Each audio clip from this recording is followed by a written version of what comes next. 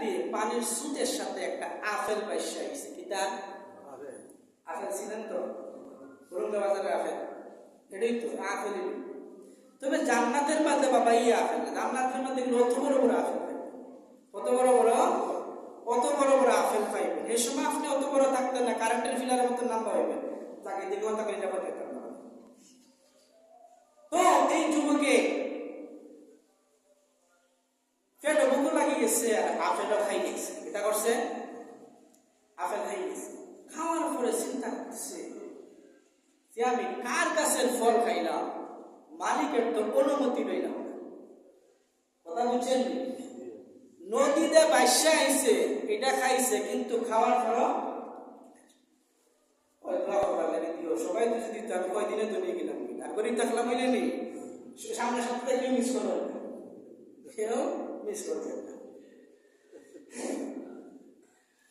তো যুবকে চিন্তা করতেছে যে আমি কার গাছের ফল খাইলাম, মালিকের তো অনুমতি নিলাম না, যেহেতু এটা সামনে থেকে আইছে তাহলে সামনে একটু আগ বাড়িয়া দেখি। হাঁটতে হাঁটতে যাওয়ার পরে দেখলো একটা আপেলের বাগান আছে। কি আছে? আপেলের বাগান। এই বাগানটা কিন্তু নদীর পানি। তখন এই যুবক তুকাইয়া ওই আপেলের মালিককে বার করলো, বার করিয়া বলতেছে আপনার গাছের একটা আপেল আমি খাই দিয়েছি, তবে এই আপেলটা নদীটা বাইসা যাইতে আসছিল আর আমারও পেটে ভুক লাগছে আর আমি আপেলটা খাই দিয়েছি। এখন চিন্তা করে দেখলাম যেহেতু এটা আপনার গাছের আপেল, আমি তো আপনার কাছ থেকে অনুমতি লইছি না। কিতা লইছি না? অনুমতি লইছি না। মালিককে চিন্তা করে দেখছে আমার বাগান থেকে কত মানুষের চুরি করে নিয়ে খায়, দিলে অনুমতি নেয় না। আর এই বেটা, এই যুবক ছেলে নদীতে বাইসা যাইতেছে আপেল, এটা খাইয়া আমার কাছে এসে অনুমতি নেওয়ার লাগে, অনুমতি নেওয়ার লাগে। বেটা চিন্তা করছে যে যুবকটা অনেক বালা, কে বালা। বলতেছে তোমার মাফ করবো, তবে তুমি এখানে বসো। তো ওই যুবককে বসাইয়া বাড়িতে গেছে, ঘরের ভিতরে গেছে। যাওয়ার পরে ওই মালিকের বউর সাথে একটা আলাপ করলো যে একটা যুবক আসছে এরকম বিষয়ে মাফ নেওয়ার জন্য, অনেক তারে মাফ কিরকম ভাবে দিই। তো তারা একটা আলাপ করছে, আলাপ করে দিতেছে।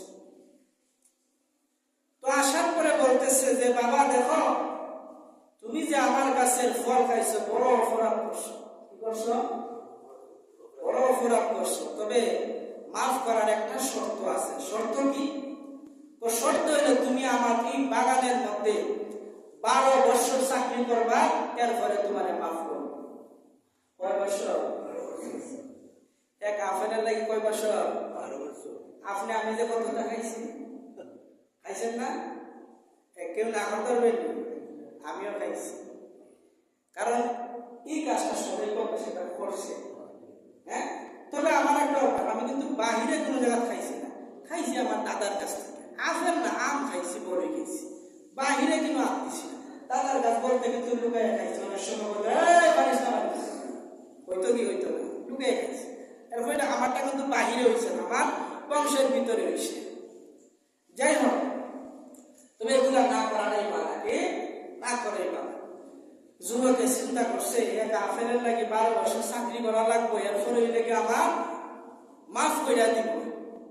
তখন চিন্তা করছে যে আমাদের তো মাফ হয়ে নেওয়া লাগবে, না হইলে তো পরকালে আল্লাহর কাছে যদি বিচার দে, আল্লাহ যদি আমারে ধরে, তাহলে তো আমি বাঁচতে পারতাম না।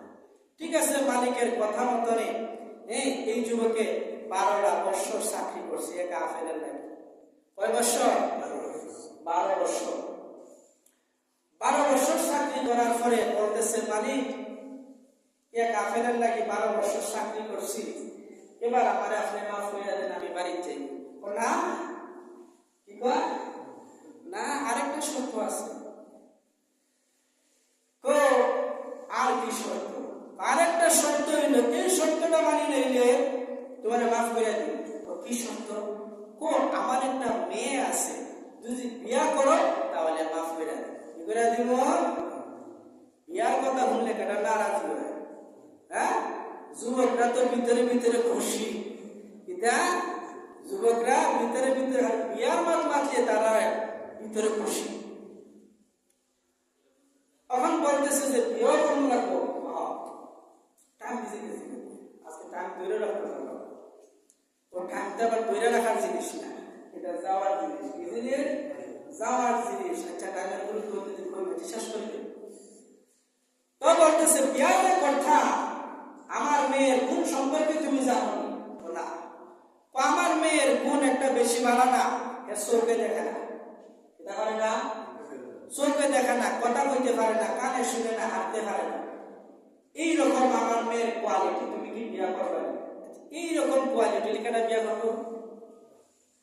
রাজি বলি? আগে তো যুবকরা পুরা পাগল হয়ে গেছে, এখন এই কথা শুনে রাজি বলি। এখন চিন্তা করে দেখছে যে আমার তো মাফ হই নেওয়া লাগতো, বিয়াডার করিলে কিতা করিলাই, বিয়া করিলেছে। বিয়া করার পরে শ্বশুরে বলতেছে দেখো ওই ঘরের মধ্যে তোমার বউ আছে, আমার মেয়ে আছে, যাও ও ঘরে যাও। যাওয়ার পরে গিয়ে দেখে সুন্দর একটা ফুলি গুন্ডন দিয়া বইছে। এই বেটা দেখে বাইরে আইছে, দেখে বাইরে আইছে। ডাক্তার শ্বশুর আব্বা আপনি কইলেন যে আপনার মেয়ে চোখে দেখা না, আমার দিকে বালানি কি দেখে, কানে বলে শুনে না, সত্যই শুনে, পাওয়া বলে আটতে পারে, সত্যই ঠিক আছে। এমন সময় শ্বশুর ডাক দিয়া বলে, এ যুবক ভালো করিয়া শোনো, আমি তোমাকে আমার বাগানের মধ্যে 12 বছর কেন চাকরি করাইলাম জানো নি? আমি যে সময় তোমাকে বাগানের মধ্যে রেখে বাড়ির মধ্যে গেছিলাম, তোমার শাশুড়ির সঙ্গে আমার একটা পরামর্শ করেছি যে এমন একটা ছেলে পাইলাম, এই ছেলেটার হাত চাললে তো আমার মেয়েকে অন্য কোথায় বিয়া দিব, বিয়া দিলে তো জামার ঘরে সুখ আসবে কিনা সেটা আমার জানা নাই, কিন্তু তোমার মধ্যে এমন কিছু গুণ দেখলাম যেই কারণে তোমার শাশুড়ির সাথে আমি একটা পরামর্শ করলাম যাতে তোমার সঙ্গে আমার মেয়েটা নিয়ে বিয়া দিয়ে। চিল্লায়া বলেন সুবহানাল্লাহ। আমি যে বলছি আমার মেয়ে চোখে দেখে না, কথা ঠিক, কারণ তুমি এক দৃষ্টিতে ভাবছো আর আমি এক দৃষ্টিতে হয়েছি। কারণ আমার মেয়ের চক্ষু দিয়া বেগানা কোন পুরুষকে কোনোদিন দেখে না, আমার মেয়ের কান দিয়া কোনো বেগানা পুরুষের কথা শুনে না, আমার মেয়ের জবান দিয়ে কোনো বেগানা পুরুষের সাথে কথা বলে না, আমার মেয়ের পা দিয়ে কোনো বেগানা পুরুষের কাছে যায় না। এই জন্যই আমি বলছিলাম যে আমার মেয়ের পাও ভালো না, মুখ ভালো না, চোখে দেখে না, কানে শুনে না, কিন্তু সবকিছুই ঠিক আছে। কি আছে? সবকিছুই ঠিক আছে, কারণ বেটার কথাও ঠিক, তার কথাও ঠিক। যাই হোক, সময় শেষ হয়ে গেছে। তখন বলতেছে তোমরা সংসার করো আর আমি শ্বশুর হিসাবে তোমাদের জন্য দোয়া করলাম, আল্লাহ তাআলা তোমাদেরকে যেন দীর্ঘই নেক হায়াত দেন। কি হায়াত দেন? দীর্ঘই নেক হায়াত দেন। যাই হোক, যা কিছু বলছি আল্লাহ তাআলা আমাদের প্রত্যেককে বুঝার এবং আমল করার তৌফিক যেন দেন। সকলে বলেন আমিন।